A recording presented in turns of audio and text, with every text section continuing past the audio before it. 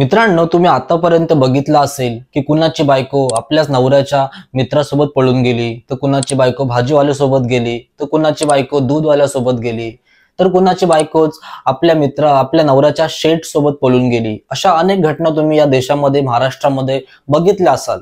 आणि इतक्या घटना बघून तुम्हाला वाटलं असेल की आता काय राहिलंय बघायचं, अजून बाई कोणत्या खालच्या लेवलला पडू शकते.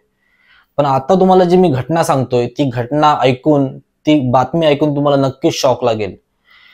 या बातमीमध्ये ही बाई आपल्या मुलीच्या होणाऱ्या नवऱ्यासोबतच पळून गेली. धक्का बसला ना?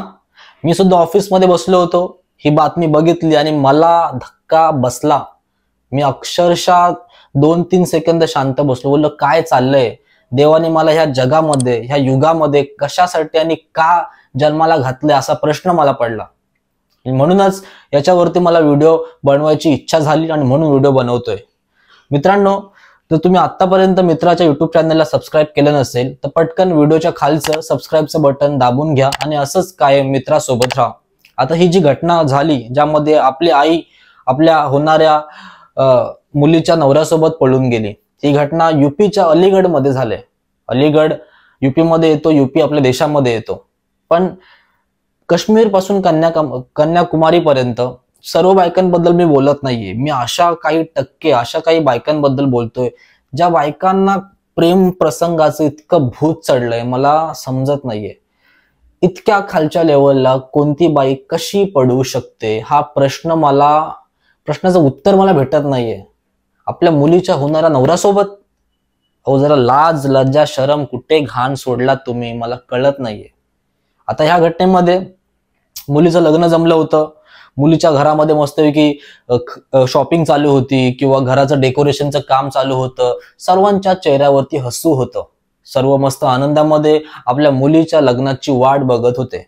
मग काय, तारीख सुद्धा फिक्स झाली होती. आता हा तारीख फिक्स झाल्यामुळे मुलीचा होणारा नवरा मुलीच्या घरी ये जा करत होता. मुलीच्या घरी येऊन त्यांना लग्नाच्या तयारीमध्ये मदत करत होता. घराचे डेकोरेशन, घराची सजावट करण्यामध्ये मदत करत होता. त्याचं येणं जाणं चालू होतं. आता हे येणं जाणं चालू असताना होणाऱ्या नवऱ्याची आणि आपल्या सासूची म्हणजे मुलीच्या आईची आणि त्या मुलीच्या होणाऱ्या नवऱ्याची नजरेला नजर भिडली. मग त्यांची मैत्री झाली. मैत्रीचं रूपांतर प्रेमात झालं. किती सहज होतं ना.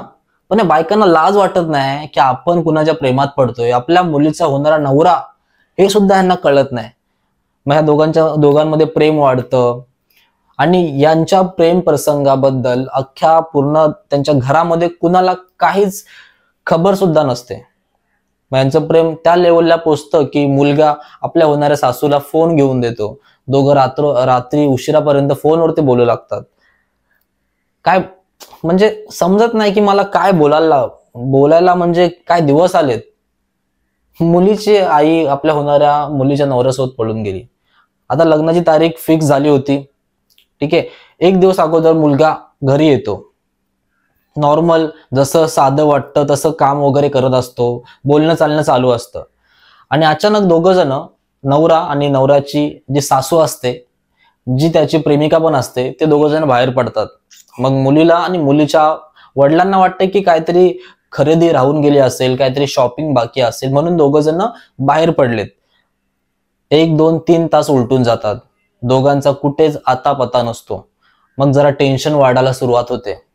मग मुलीचे वडील जरा घरामध्ये चेक करतात, बघतात तर कुठे कपाटामध्ये बघतात. कपाट खोलतात, बघतात तर काय, पूर्ण कपाटातले जे दागिने असतात सर्व दागिने लंपास. म्हणजे त्या मुलीची नीच आई आपल्या मुलीच्या लग्नाचे दागिने घेऊन मुलीच्या होणाऱ्या नवऱ्यासोबत पसार होते. हे दिवस बघायला लागतायत. जरा स्वतःला प्रश्न विचारा की तुम्ही या जगामध्ये का जन्माला आलात. मग मुलीचा होणारा नवरा आणि नवऱ्याची होणारी सासू, ज्यांचे प्रेम प्रसंग असतात, दोघं पळून जातात दागिने घेऊन, म्हणजे पसार होतात. आणि मग काय, मुलीला आणि मुलीच्या वडिलांना शॉक लागतो, धक्का लागतो. त्यांना त्यांच्या डोक्याला समजत नाही, मेंदूला समजत नाही की काय झालं. माझ्या बायकोने दागिने का नेले. मुलगी बोलते की माझ्या आईने दागिने का नेले. मग दोघं, मुलगी आणि मुलीचे वडील बोलून पोलीस केस करतात. 2-3 दिवस उलटून गेलेत मित्रांनो, अजून सुद्धा त्या सासूचा आणि होणाऱ्या नवऱ्याचा कुठेच पत्ता लागत नाहीये. पण ह्याच्यावरती जरा विचार करा या घटनेवरती, की सर्व बायकांबद्दल बोलत नाहीये, पण ज्या अशा काही टक्के, काही पर्सेंटेज बायका या देशामध्ये आहेत, त्या नीच बायकांबद्दल बोलतोय मी, की कृपा करून या देशाची संस्कृती, या देशाचे संस्कार बिघडवू नका. तुमचं लग्न झालंय, तुम्ही कुठल्या मुलाशी बोलताय, तो मुलगा कोण आहे, त्याचं वय किती, तो काय करतो, तो तुमचा कोण लागतो, या गोष्टीचा विचार करा. तुम्ही हे आजकाल इंस्टाग्राम रील्स वगैरे बघून बघून ना तुम्ही ह्या नीच बायकांबद्दल बोलतो. ह्या बायकांना बिघडत चाललात. त्यामुळे या बायकांच्या नवऱ्यांनी सुद्धा आपल्या बायकांवरती लक्ष देणं गरजेचं आहे. नवऱ्यांना मी सांगतोय की नवऱ्यांनो, तुमच्या बायकांकडे लक्ष द्या. तुमच्या बायका काय करतायत, कुणाशी बोलतायत, इन्स्टावरती काय करतायत, जरा ह्या गोष्टीकडे लक्ष द्या, जेणेकरून अशा गोष्टी, अशा घटना टाळता येऊ शकतात. मित्रांनो, तुम्हाला काय वाटतंय, याच्यापेक्षा खाली कुठली बाई पडू शकते का?